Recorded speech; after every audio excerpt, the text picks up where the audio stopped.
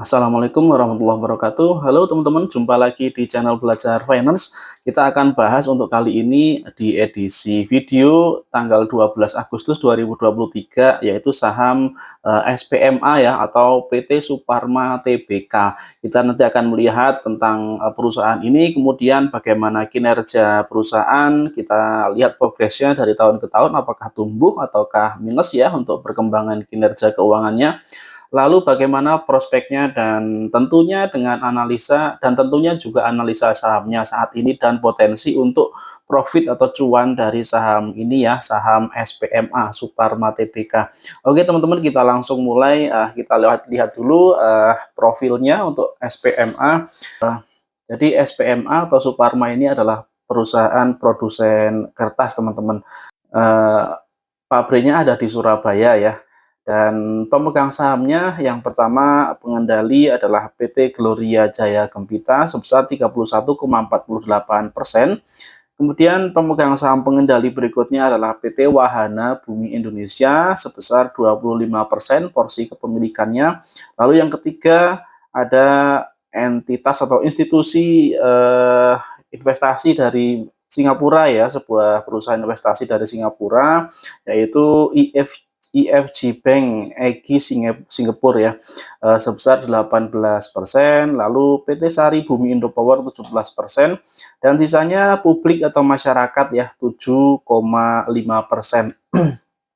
Nah, kita akan melihat lebih jauh produknya apa saja dari Suparma ini teman-teman, seputar kertas ya yang jelas ya. Namun kertas seperti apa tepatnya yang dihasilkan, kita akan lihat satu persatu. Yang pertama istilahnya laminated wrapping craft ya. Ini kalau di bahasa kita sehari-hari adalah kertas pembungkus makanan atau kertas minyak ya, yang biasanya berwarna coklat dan di atasnya ada lapisan semacam plastik tipis ya, yang ya biasa kita temui sehari-hari ya untuk pembungkus nasi ya, kertas pembungkus nasi. Mereknya mereknya ini merek Gajah ya, produk atau brand dari Suparma untuk kertas minyak ini. Kemudian yang kedua ada Samson Craft.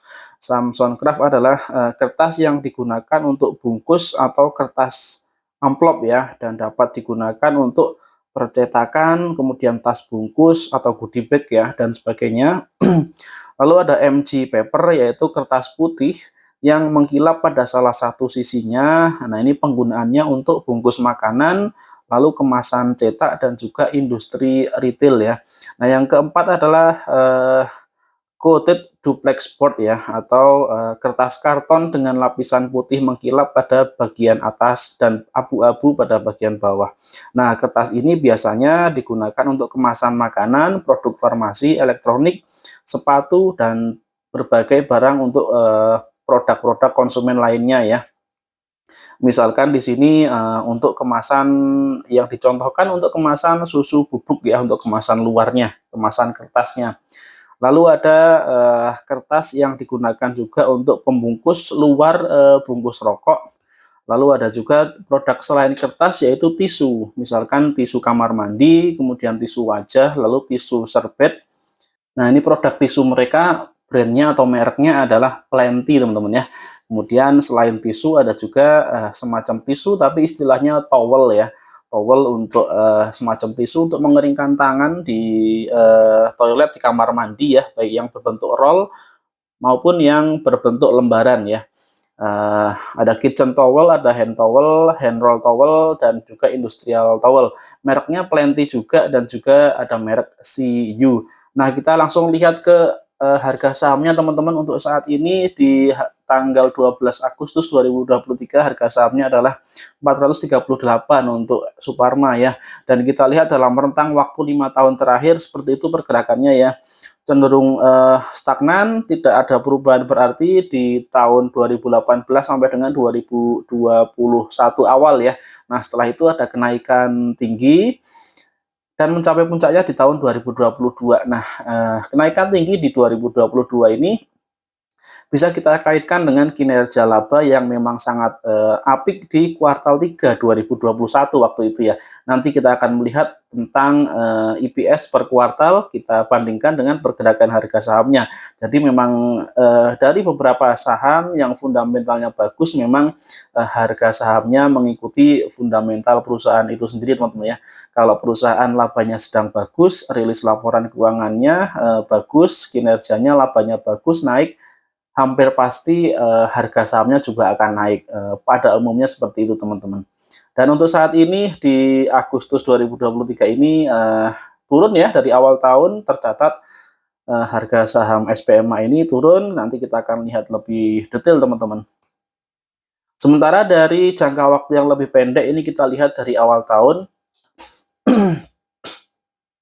Untuk awal tahun, total penurunannya adalah minus 11,69% teman-teman. Pernah mencapai titik tertingginya di sekitar 530-an ya, 520-an, di sekitar 520 harga sahamnya, kemudian turun dan sempat menyentuh angka 420-an ya. Namun saat ini di harga 438. Nah, dari kinerjanya yang dirangkum dalam EPS atau laba bersih per lembar saham per kuartal, kita lihat seperti di tabel teman-teman ya, rangkuman EPS-nya. Untuk tahun 2023, kuartal 2 2023, EPS-nya 12. EPS 12 ini sama dengan EPS 2022 kuartal 2 ya.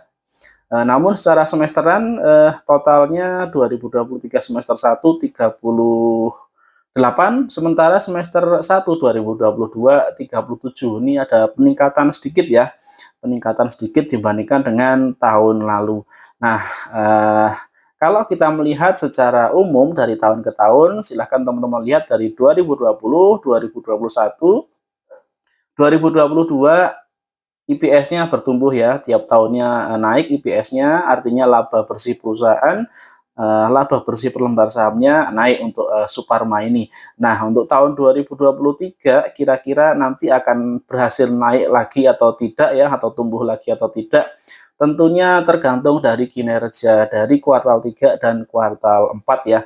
Namun jika kita melihat teman-teman, jika teman-teman cermati dari angka-angka EPS ini, ada tren bahwa di kuartal 3 dan kuartal 4 menunjukkan, IPS yang lebih tinggi dibandingkan dengan semester satunya ya. Silahkan teman-teman lihat misalkan di, tahun 2020 ini semester 2-nya lebih tinggi. Demikian juga dengan tahun 2021 dan 2022 ya. Jadi laba semester 2 akan lebih tinggi dibandingkan dengan laba semester 1. Nah, jika hal yang seperti itu juga terulang di tahun 2023, maka, IPS tahun 2023 akan lebih tinggi dibandingkan dengan tahun 2022. Nah, itu sekedar, proyeksi untuk IPS dari Suparma ya, kita melihat dari angka-angka historis yang tercatat dari data seperti ini teman-teman ya. Sementara untuk dividennya, dari tahun 2020 ini baru sekali ada pembagian dividen di tahun 2020 ya, payout rasionya 19,52%. Jadi, tidak bisa kita andalkan dividennya, dan kalaupun ada dia masih kecil untuk, yield dividennya. Market cap dari Suparma ini 1,38 triliun teman-teman ya, termasuk perusahaan, dari segi market cap termasuk kecil ya, first liner, company ya, dari segi market cap-nya. Nah, kita sekarang melihat dari rasio-rasio fundamental, secara, fundamentalnya saya bilang ini masih murah teman-teman ya. Terlihat dari angka PER-nya hanya 5, sekian, kemudian PBV-nya 0,61, lalu, dari segi margin laba juga bagus ini teman-teman. Margin labanya, net profit marginnya 9,17. Jadi dari, laba bersihnya rasionya bagus ya, 9,17%. Lalu, ROE-nya, return on equity-nya atau, laba bersih dibandingkan dengan ekuitasnya, dibandingkan dengan modalnya itu 10,54%. Ini juga angka yang sangat bagus. Kemudian, rasio hutangnya atau DER-nya di bagian bawah itu 44,52%. Ini juga angka yang sangat bagus ya, hutangnya kecil jika dibandingkan dengan, ekuitas atau modal dari SPMA ini. Namun catatan yang sedikit negatif adalah dividennya tadi ya, yang sempat saya sampaikan bahwa dividennya ini tidak rutin dan kalaupun ada, persentasenya kecil teman-teman. Ini rasio-rasio secara fundamental. Sekarang kita akan melihat secara kinerja laba rugi dari tahun 2017 sampai dengan tahun 2022. Secara umum pendapatan selalu bertumbuh ya setiap tahunnya, kecuali tahun 2020. Teman-teman bisa lihat di tabel tersebut ya, yang saya kasih kotak di tahun 2020, total pendapatannya itu turun ya, 2,1 triliun dibandingkan dengan tahun sebelumnya 2,5 triliun untuk pendapatannya ya, pendapatan kotor. Namun secara laba bersih justru di tahun 2020 tetap meningkat ya secara laba bersih. Kecuali laba bersihnya justru turun di tahun 2018, walaupun tahun 2018 pendapatannya naik. Jadi dari dua kondisi tadi, 2020 pendapatannya turun, namun mereka bisa beroperasi dengan lebih efisien ya, artinya bebannya turun ya, teman-teman lihat di beban pokok penjualan turun sehingga laba bersihnya naik. Hal sebaliknya di tahun 2018 pendapatannya naik, namun beban penjualannya meningkat sehingga laba bersihnya turun. Itu sekilas tentang laba rugi perusahaan yang secara umum bisa saya sampaikan. Menurut saya ini peningkatannya bagus ya untuk laba bersih, tiap tahun ada peningkatan untuk SPMA ini. Bagaimana dengan penilaian harga wajar menurut metode PBV Band ya? Nah, kita lihat di grafik skor untuk current PBV-nya. Oke, kita lihat dulu current PBV-nya untuk SPMA ini adalah 0,61. Sementara mean PBV standard deviation dalam 3 tahun ke belakang itu skornya 0,72 ya. Artinya di PBV sekarang di 0,61 ini masih lebih rendah dibandingkan dengan rata-rata PBV dalam 3 tahun terakhir ya teman-teman ya. Nah, jadi 0,61 lebih kecil ya dibandingkan dengan 0,72. PBV saat ini lebih murah dibandingkan dengan PBV rata-rata 3 tahun terakhir ya. Jadi secara sederhana bisa kita bilang bahwa harganya untuk SPMA ini saat ini sedang under value jika kita bandingkan dengan rata-rata harga selama 3 tahun terakhir. Nah, maka harga wajar saham SPMA ini berapa? Kita bisa hitung skor min PBV standard deviation-nya 0,72 kita kalikan dengan current book value ya. Nah, current book value-nya untuk SPMA ini adalah 717,81 ya, atau book value-nya untuk saat ini untuk SPMA. Maka hasilnya dari perkalian tersebut adalah 516. Nah, ini harga wajarnya ya menurut PBV standard deviation 3 tahun terakhir, yaitu 516 untuk saham SPMA. Lalu potensi profitnya dengan harga wajar 516 itu jika tercapai harga tersebut ya dan teman-teman jual atau kita jual di harga 516 sedangkan harga belinya di misalkan hari ini ya di 438, maka profit yang bisa didapat adalah 17,8%. Itu potensi profit dari segi valuasi ya jika kita melihat dari sisi PBV-nya. Nah, kemudian kita akan melihat dari sisi kemungkinan kenaikan harga SPMA dari pergerakan harga secara teknikal ya. Kita lihat di gambar tersebut, di grafik ini, rentang waktunya dalam 1 tahun terakhir teman-teman. Nah, dalam 1 tahun terakhir, rentang pergerakan harga saham SPMA adalah di rentang paling rendah sekitar 420 ya, 420 atau 430 sampai dengan 580-an dalam setahun terakhir ini. Nah, jadi di harga saat ini, di harga 438, ini lebih dekat ke titik terendah dalam 1 tahun terakhir ya, di 420-an, dan titik tertingginya di 580-an. Tentunya ada upside yang sangat tinggi, ruang untuk kenaikan harganya, untuk profitnya, sedangkan untuk penurunannya relatif terbatas karena harganya sudah termasuk di harga bawah untuk saat ini, untuk saham SPMA. Lalu potensi upside-nya berapa teman-teman? Kalau misalkan kita bisa jual di harga 580 ya, dan belinya di harga saat ini di 438, maka potensi profitnya adalah 32,4% ya.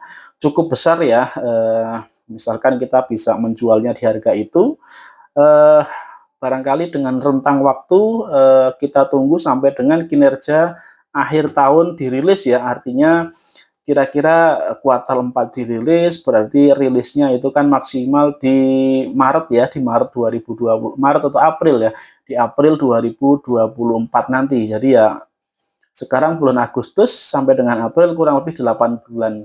8 bulan dengan kita targetkan kenaikan 32%, itu saya rasa masih sangat rasional ya, dengan catatan kinerjanya bisa terus terjaga dan tentunya bisa bertumbuh untuk laba dari SPMA ini. Lalu bagaimana prospeknya? Kalau kita melihat prospek dari segi produk yang dihasilkan, lalu kita lihat dari potensi pasarnya, saya rasa masih ada potensi yang berkembang ya untuk Suparma atau SPMA ini, karena produknya lebih banyak bersinggungan dengan